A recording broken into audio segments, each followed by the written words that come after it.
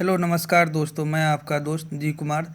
आइए आज हम लोग प्रॉफिट एंड लॉस से रिलेटेड टॉपिक पर चर्चा करते हैं। जो प्रॉफिट एंड लॉस क्या होता है, ये हमारा प्रॉफिट है। Profit and loss, profit it means लाभ, लॉस इट मीन्स हानि। तो प्रॉफिट एंड लॉस को जानने के लिए हम लोगों को एट फर्स्ट कॉस्ट प्राइस के विषय में जानना होगा, जो कॉस्ट प्राइस किसे कहते हैं, और साथ ही साथ सेलिंग प्राइस के विषय में जानना होगा, जो सेलिंग प्राइस किसे कहते हैं। क्योंकि जब तक हम कॉस्ट प्राइस और सेलिंग प्राइस को नहीं जानेंगे तब तक प्रॉफिट और लॉस का हम लोग गणना नहीं कर सकते हैं। तो आइए हम लोग कॉस्ट प्राइस के विषय में जानते हैं। ये कॉस्ट प्राइस क्या होता है। तो कॉस्ट प्राइस इट मीन्स क्रय मूल्य। कॉस्ट प्राइस इट मीन्स क्रय मूल्य।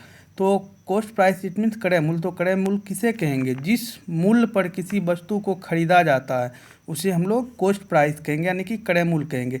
कहने का मतलब ये जो हमारा पेन है, इस पेन को जिस मूल्य पर, जिस प्राइस पर हम लोग परचेज करेंगे वह प्राइस इस पेन का हमारा कॉस्ट प्राइस कहलाएगा, यानी कि क्रय मूल्य कहलाएगा।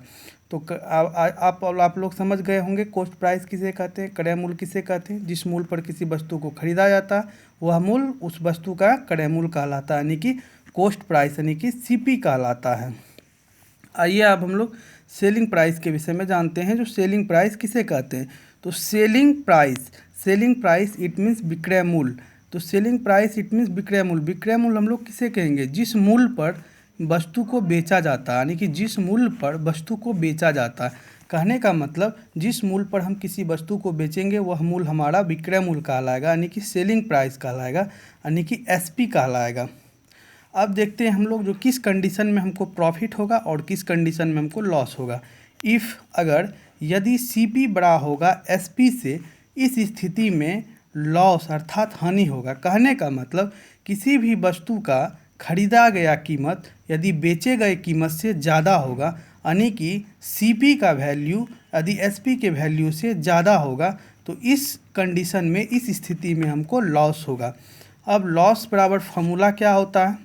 लॉस बराबर, तो लॉस बराबर होता है सीपी माइनस एसपी। कहने का मतलब लॉस निकालने के लिए हम लोग जिस फार्मूले का इस्तेमाल करते हैं वह फार्मूला है हमारा loss is equal to CP minus SP, यानी कि हानि बराबर क्रय मूल्य घटा विक्रय मूल्य। हानि बराबर क्रय मूल्य घटा विक्रय मूल्य। आइए लॉस से रिलेटेड हम लोग एक क्वेश्चन कर लेते हैं ताकि हम लोगों को समझ में आ जाए जो किसी भी प्रश्न में हम लॉस यानी कि हानि को कैसे ज्ञात करेंगे, फाइंड करेंगे। तो आइए इस लॉस को समझने के लिए हम लोग एक क्वेश्चन करते हैं। क्वेश्चन नंबर फर्स्ट है हमारा, यदि किसी वस्तु को 80 रुपया में खरीद कर 60 रुपया में बेचा जाता है तो इस स्थिति में क्या होगा। कहने का मतलब हमारा क्वेश्चन है यदि किसी वस्तु को 80 रुपये में खरीद कर 60 रुपया में बेचा जाता है तो इस स्थिति में क्या होगा। तो इस प्रश्न में हमारा क्रय मूल्य जो है वह 80 रुपया है, क्योंकि हम वस्तु को किस मूल्य पे खरीद रहे हैं, तो 80 रुपये के कीमत पर हम वस्तु को खरीद रहे हैं। तो 80 रुपया जो हमारा हुआ वह वस्तु का क्रय मूल्य हुआ। तो क्रय मूल्य इक्वल टू 80 रुपीज़, यानी कि 80 रुपया। और किस मूल्य पे हम वस्तु को बेच रहे हैं, तो 60 रुपया में हम वस्तु को क्या कर रहे हैं, बेच रहे हैं। तो विक्रय मूल्य बराबर हमारा क्या हो जाएगा, 60 रुपया हो जाएगा। यहाँ आप लोग देख रहे होंगे जो क्रय मूल्य का जो वैल्यू है वह विक्रय मूल्य के वैल्यू से ज़्यादा है। और हम बताए थे आपको यदि सीपी का मान एसपी के मान से बड़ा होगा तो इस स्थिति में, इस कंडीशन में हमको लॉस होगा। तो हम लोग देख रहे हैं प्रश्न में जो वस्तु का जो खरीदा गया कीमत है वह बेचे गए कीमत से ज़्यादा है, तो हमारा क्या होगा, लॉस होगा। चूँकि क्रय मूल्य लेस देन विक्रय मूल्य, इसका मतलब हुआ क्रय मूल्य का जो वैल्यू है वह विक्रय मूल्य से क्या है, ज़्यादा है। तो इस कंडीशन में हमको क्या होगा, लॉस होगा, यानी कि हानि होगा। तो हानि बराबर हमारा फार्मूला क्या होता है, क्रय मूल्य घटा विक्रय मूल्य। तो क्रय मूल्य हमारा क्या है, 80 रुपया है, और विक्रय मूल्य हमारा क्या है, 60 रुपया है। 80 माइनस 60 क्या 20 आ जाएगा। तो 20 रुपया हमारा क्या हो गया, हानि हो गया। यही हमारा आंसर हो गया। कहने का मतलब वह वस्तु जिसको हमने 80 रुपया में खरीदा था और 60 रुपया में बेचा था, इस स्थिति में हमको 20 रुपया का हानि हुआ। अब हम लोग लॉस परसेंटेज निकालने के लिए, यानी कि अब हम लोग लॉस परसेंटेज निकालने के लिए जानते हैं जो लॉस परसेंटेज कैसे फाइंड करेंगे, किसी भी प्रश्न में लॉस परसेंटेज कैसे फाइंड करेंगे।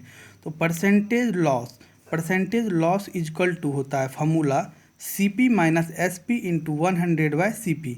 कहने का मतलब परसेंटेज लॉस जब हम लोग को फाइंड करना होगा, इसके लिए जिस फार्मूले का इस्तेमाल करेंगे वह फार्मूला है हमारा CP minus SP into 100/CP। आइए इसको हम लोग हिंदी में समझते हैं।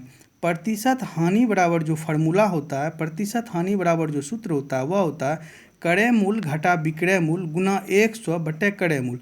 कहने का मतलब किसी भी प्रश्न में यदि हमको प्रतिशत हानि निकालना होगा तो उसमें हम लोगों को जिस फार्मूले का इस्तेमाल करना होगा, जिस फार्मूले का हम लोगों को यूज करना होगा, वह फार्मूला है हमारा प्रतिशत हानि बराबर क्रय मूल्य घटा विक्रय मूल्य गुना 100 बटे क्रय मूल्य।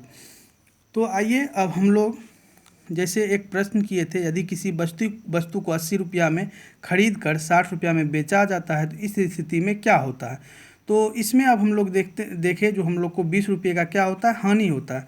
अब हम लोग देखते हैं इसी प्रश्न में, यदि किसी वस्तु को 80 रुपया में खरीद करके 60 रुपया में बेचा जाता है, इस स्थिति में हमको कितना प्रतिशत लॉस होता है। तो लॉस परसेंटेज निकालने के लिए एट फर्स्ट हम लोग क्या करेंगे,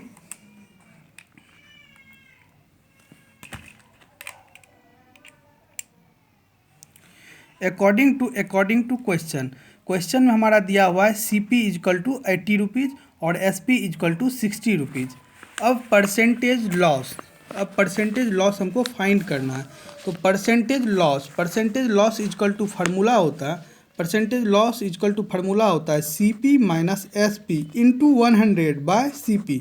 तो CP हमारा क्या है, 80 रुपीज़ है, माइनस SP हमारा क्या है, 60 रुपीज़ है, इंटू 100/80 यानी कि CP हमारा क्या है, 80 रुपीज़ है। अब देखिए 80 माइनस 60 क्या हो जाएगा, 20/80 इंटू 100। अब देखिए 20 4 जा 80 और 4 से 100 को डिवाइड करेंगे तो क्या होगा, 25 होगा। तो कितने प्रतिशत का हानि हुआ हमको, 25% का हानि हुआ।